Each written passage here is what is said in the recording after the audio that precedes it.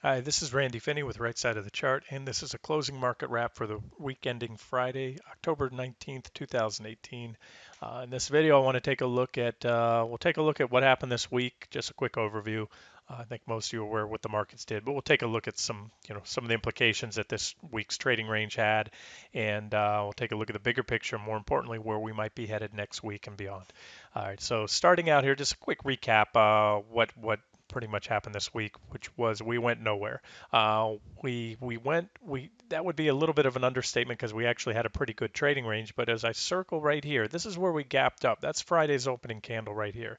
This is, by the way, if I don't make mention, it's up here on the top. This is a 5-minute chart of SPY. So here's your daybreak lines. There's Friday's trading, and as you can see, the SPY pretty much closed the week right about where we started. There's where we popped up somewhere in there. I don't. That's the high of the candle. I think we opened right around there, and you can see we closed just below where we started. Again, last Friday. This is where we started the week, but same story. Here's Monday's open as well. So right there. So again, so a lot of sideways trading for the week. But if you look at it this way, although we ended up about where we started, from low to high, we had about a 3% range, better than 3% in the S&P 500.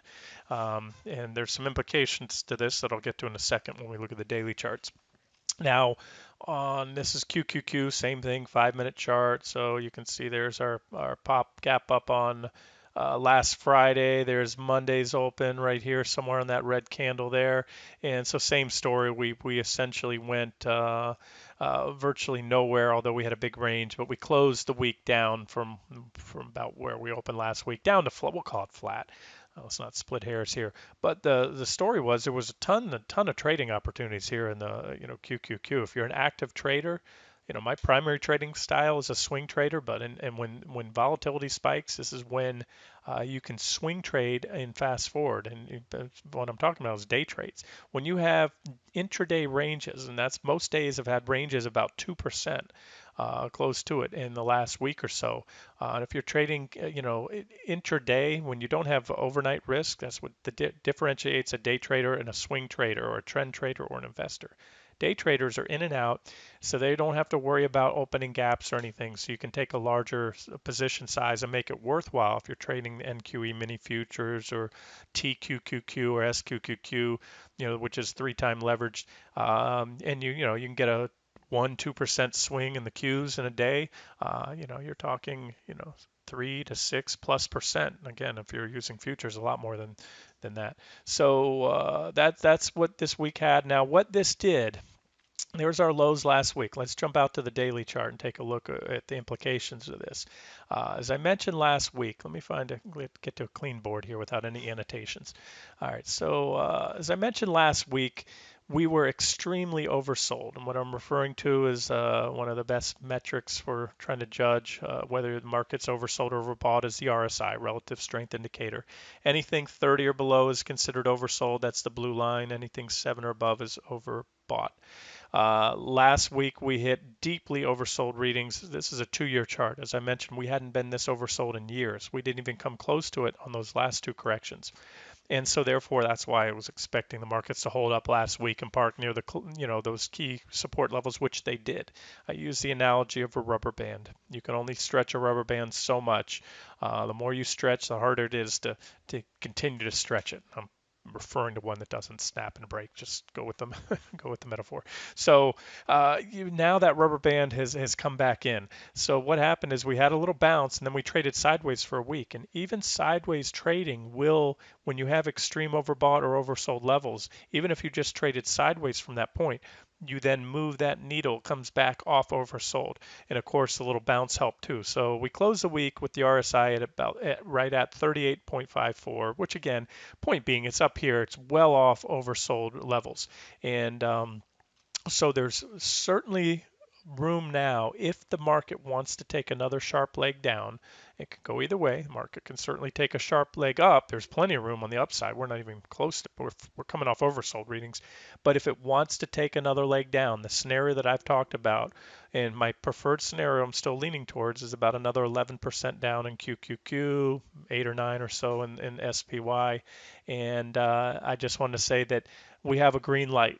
for that if that's what the market wants to do. I'm going to get to some levels to watch and things that might tell us if we're going to get there. But wanted to make that clear. So there it is. And also while we're here, let's just look at these bear flag patterns that I talked about last week.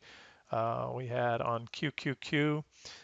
We had this bear flagging type action here with the flag pulled down, impulsive move down, and we broke down yesterday. You can see yesterday's big red candle, and today we followed through with another red candle. So at the very least, even though it's not a very impulsive candle, and that's fine, you don't have every candle, every single candle doesn't have to be impulsive in a flag pull or the move leading out. Here we had a little consolidation area, a smaller bear flag in that little period of consolidation there. So the point is, we had another red candle today. So at the very least, they didn't foil the breakdowns that we had yesterday in those bear flag patterns. And if we look at SPY, you can see the same thing. Well, they already have it drawn here. Yesterday's breakdown, impulsive red candle, came to kiss it, almost kissed it there, and also a red close in SPY. So we haven't taken out the bottom of the flags. That's when things are really getting ugly. If you see continued selling next week, if we see impulsive selling, we take that out. There's also some support down around that level, maybe just a little bit below on SPY. But again, you can see the overbought conditions have been cleared out. And the other thing I should have pointed out in QQQ, but it looks the same. These are momentum indicators. This is the PPO. The MACD will look very similar. They're pointing down right now, both the PPO and the signal line. In fact, we started to have the PPO curl up recently where it looked like we were going to get a bullish crossover. Right here, it started to turn up and it turned back down, so it's rejected. Sometimes you get that and you can still get a crossover, but usually that's pretty bearish when they appear to cross and then it's rejected. As of now, these are momentum indicators and they're both pointed lower. So that's SPY on the daily. And we'll move out to wanted to touch on the weekly time frames real quick because that's where we definitely have some important levels to watch. And I want to point out what happened today before we move on over there. And I want to get to some of the market leading stocks, talk about earnings next week, and then we'll wrap up. But here's a 15-minute chart of SPY. You can see this rising wedge with negative divergence that was pointed out recently, broke down, and we've danced around this 277.15 level. But bigger picture on SPY 2, that's a 15-minute chart. Bigger picture is really this level here, 279.26. That is, I believe, a very important resistance level. And that's also equates to 2,800 on the S&P 500. If you pull up SPX, that's the same line you'll have there at the 2,800 level. So we popped above it, as I said, with a momentum fueled overshoot earlier in the week, meaning we briefly popped above there, but we failed. And we failed yesterday on that level, tested it, failed, hit it today again. If you see this candle, we came right up to it and failed. So that's so far. The Bulls haven't been able to regain that level, so it's still anybody's game for right now. But it just shows you that we're not seeing the vigorous buying like we were on these last two moves here. And again, that's what momentum indicators tell us too, as you see the momentum waning. And I want to look at QQQ real quick and show you same levels. Big level for me on QQQ is 178. It says there 176, 796. We'll tick that up a little bit. Again, when you have volatility like this, you're going to trade through these levels, a few pennies and even a quarter, on $178 share price, 20, 30 cents in either direction, especially intraday doesn't mean much, but that's a pretty significant level. And that's where I think the bearish case will rapidly begin to dissipate if and when they can run the Qs above 178 and hold it there. Close above there for the day, a solid green candle, especially a second green candle. That then opens the door for a move to new highs possibly. And before we go to the weekly charts, let's look at this is a 15-minute of SPY, same levels to watch. In fact, I'm sorry, not SPY, QQQ. Here's the one I should share. This was the one I put up this morning. I put it in the trading room and then also on the video today, earlier at the midday video.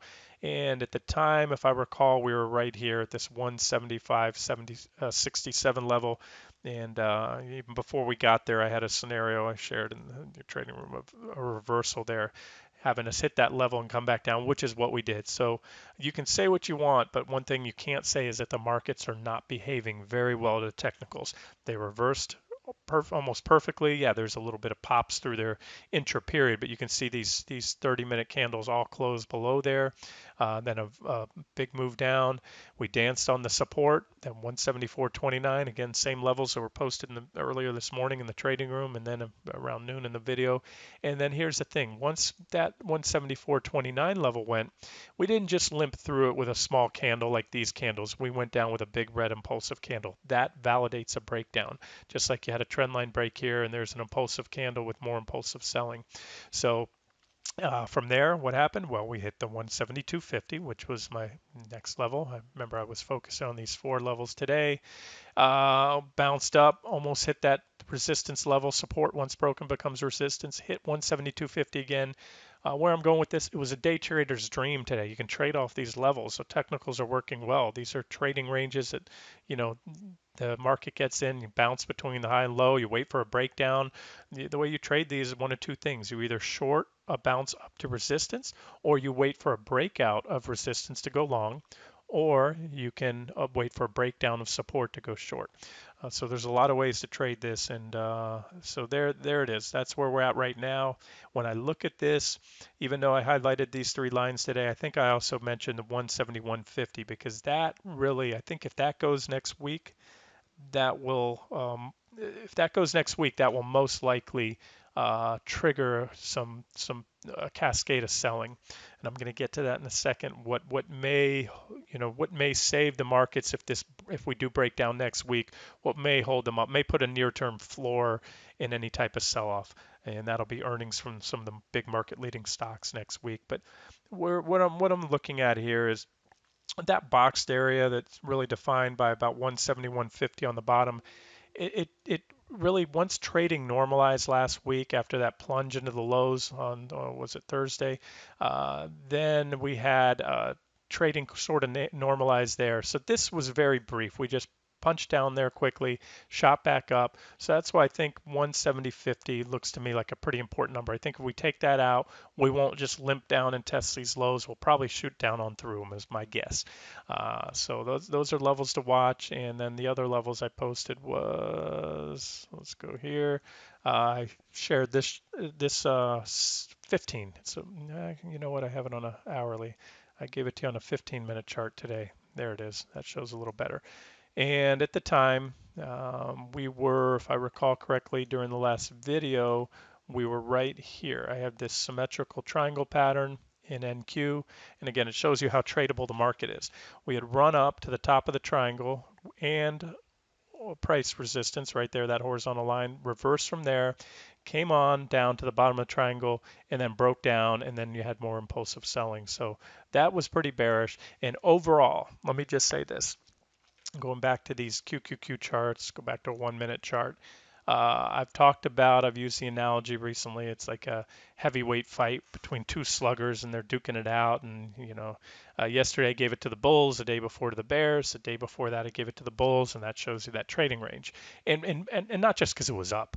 I give it to the Bulls or Bears if a technical level, anything technically significant happens that day. Just because you're up or down doesn't mean, at least in my book, chalk it up to the Bulls. Some days are indeterminable if there's not any technical developments in the chart, whether you're up big or not.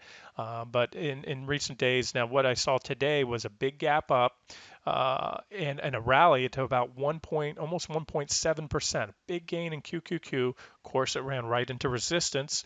The signs were there that we could reverse, and we did.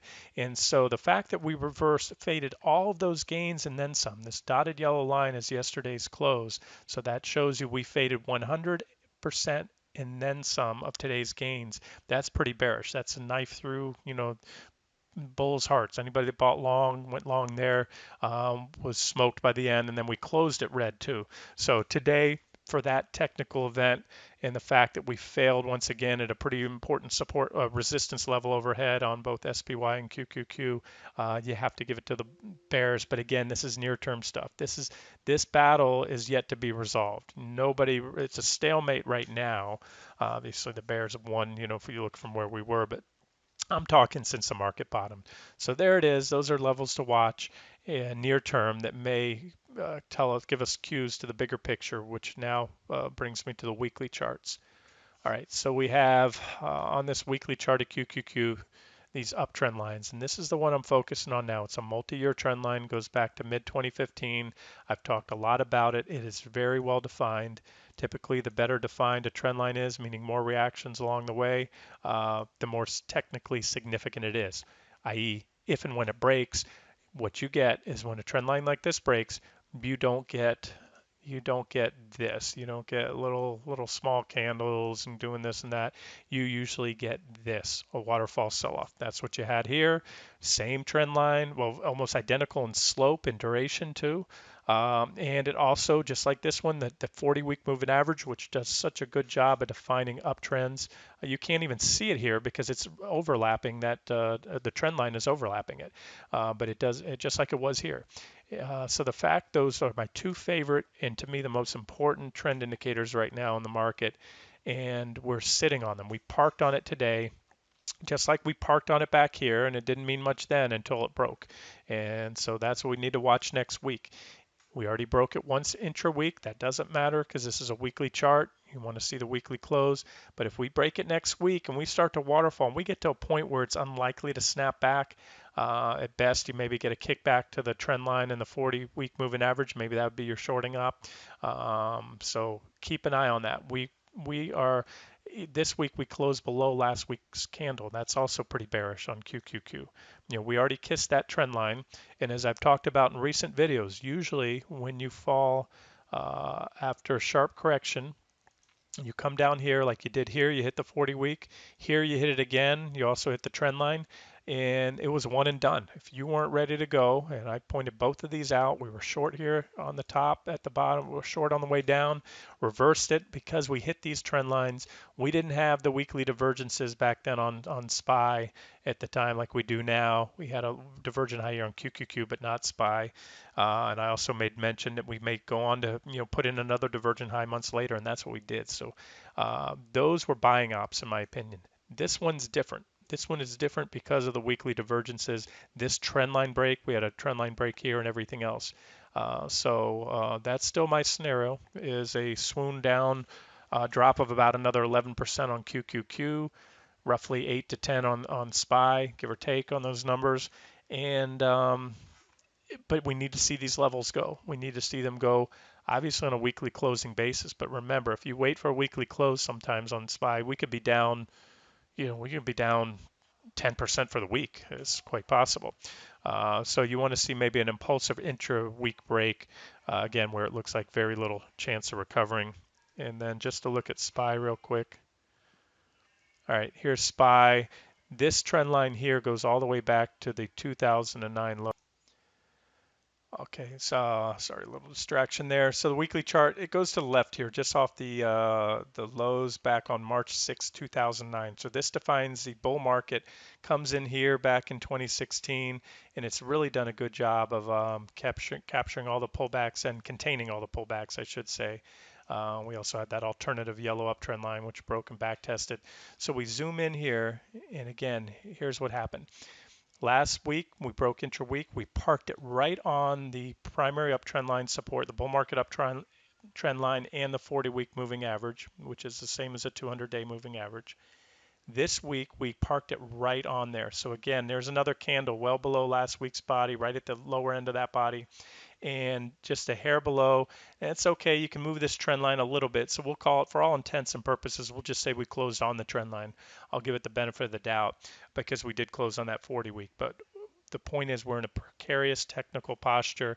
And again, usually you boom, explode off that level. And we still could next week, but we'll see what happens. Now, to wrap the video up, if we didn't have so many market leading stocks on deck, I would say that I'm very much open to a swoon down that could take the markets down all the way, take me to that 11% or so downside I'm looking for on QQQ in just a week or so, because as you saw last week, when the selling starts to accelerate, when support levels break, when you hit that panic mode, stops are being hit, things happen fast. That's unwinding of these over, crowded trades in Apple, Amazon, Microsoft, all the FANG stocks.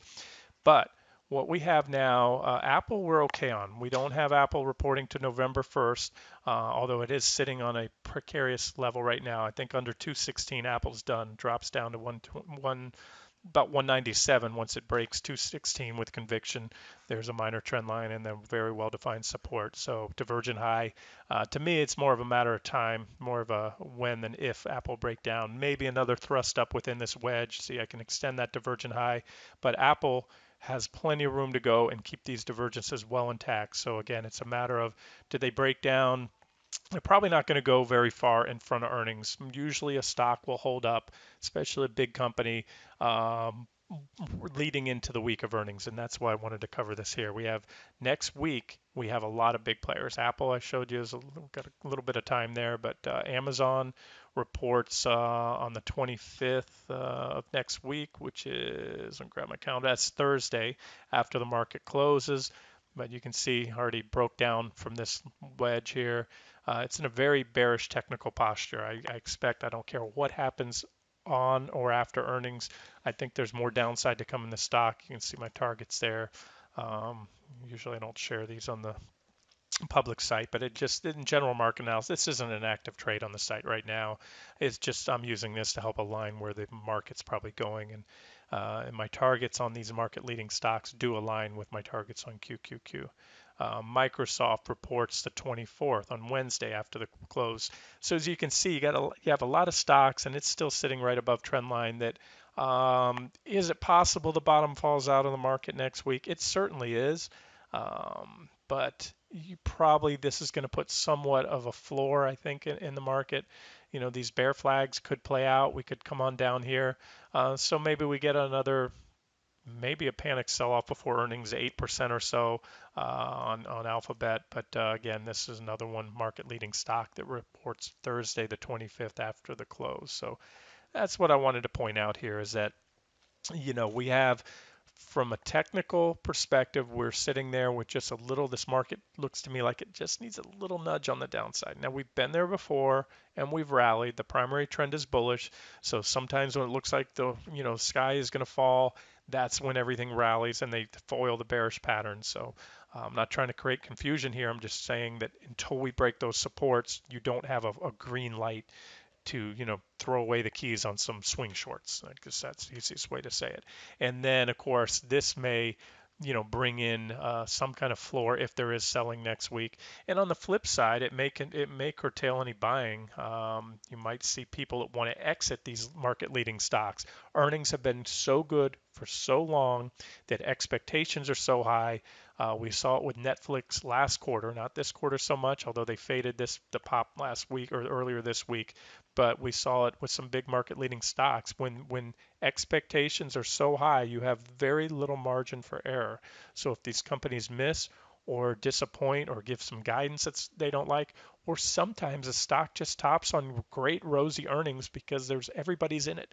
And that's the thing, that's how the stock market works. When the last willing buyer, the last bull, has bought their last share of Apple or SPY, there's nobody else left to buy. And sometimes a market just collapses on its own weight. Just a technical, and I'm not talking a Armageddon sell-off. I'm just talking a correction that, like I said, we're already maybe halfway there. We have had about a 10% drop, and I think we can drop another 10% or more.